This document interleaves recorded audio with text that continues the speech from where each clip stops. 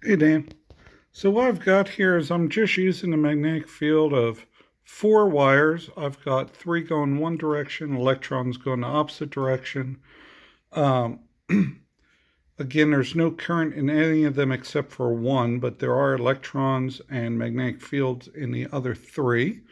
Then I've got the magnetic pickup wire right here, the white one. I've got it shorted right here. In a sense, there's no resistor.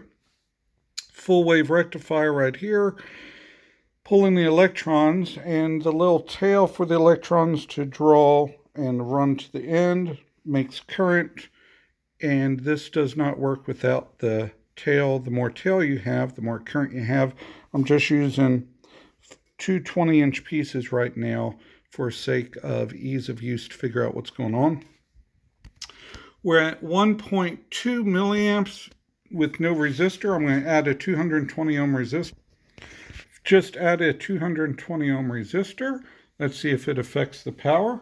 By the way, we're at 3267 ignition current, 32.67, and we are still at 1.2 milliamps on the output. So it's working like a little generator.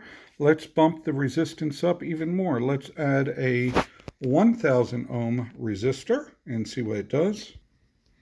And I've added a 1K ohm resistor, and we are at about 1.05, excuse me, almost 1.1 milliamps. We're at 33.01 in the ignition circuit.